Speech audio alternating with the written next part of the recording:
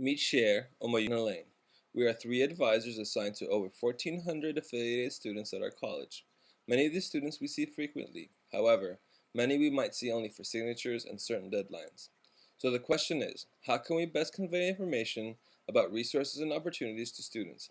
Is it possible to create a more engaged sense of community among the students that includes academic advising? Right now, we send out a bi-monthly newsletter through students' email. I have a feeling that this newsletter is usually not read. And if it is, students think it's informative but not very interesting. It's generic and does little to inspire students to consider the possibilities of their educations. I think it's time that this newsletter got a makeover.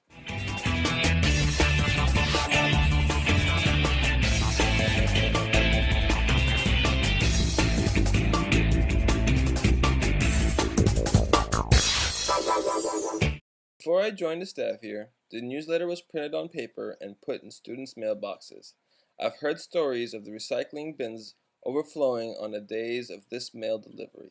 The newsletter is currently delivered through individual email, which saves paper and allows our students, most of whom live off campus, to access this information anywhere, anytime.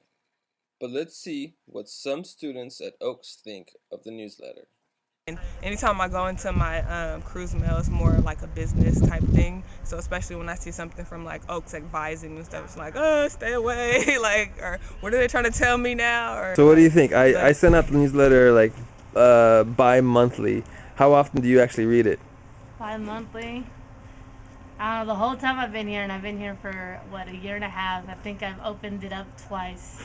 do you read the newsletter that I send out? Honestly, like, I get it on my BlackBerry on my email, and then I don't really read it unless I have like something that I'm concerned about, like dates that I want to drop classes. But usually I'm not concerned about something like that. All right, Jessica. So I'm gonna ask you again. Do you ever open up the newsletter when I send it out? No. No? How come? Because I feel like there's just all this like words, and I'm like, okay, I have better things to do. Got you. I agree with the students. The newsletter can be long, over 4 pages. It can be very dense, with lots of text to read through. And it is not easily interactive. Students sometimes email me back with questions, but I wish there were a way to answer those questions in a more public way so that everyone has the same information. The newsletter could benefit from a fresh perspective that pushes it to be more current and relevant to our community of students.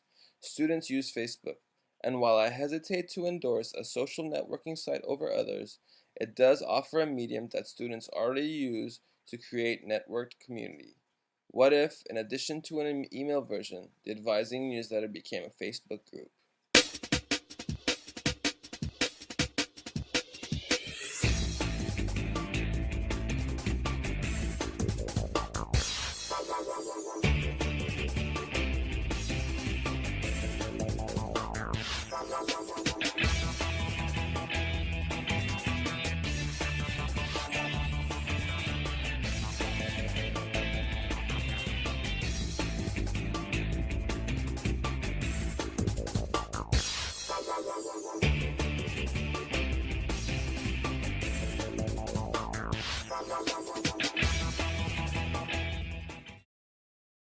Yeah, definitely. I mean, Facebook, of course, because everybody's always on it. And Yeah, if it was on Facebook, I'd read it more because it's just easier to access. I don't really, so many of us have Blackberries or iPhones or something. We just like read our email, and then if it's an email that we actually want to read, we'll go on the computer and read it. So sometimes it's like, oh, it's a newsletter, well, I don't need to know anything, so I'm not gonna read it. But on Facebook, it's like, I usually read everything, like messages or stuff like that. I think it would be helpful because everybody's on Facebook. I think Facebook would work better.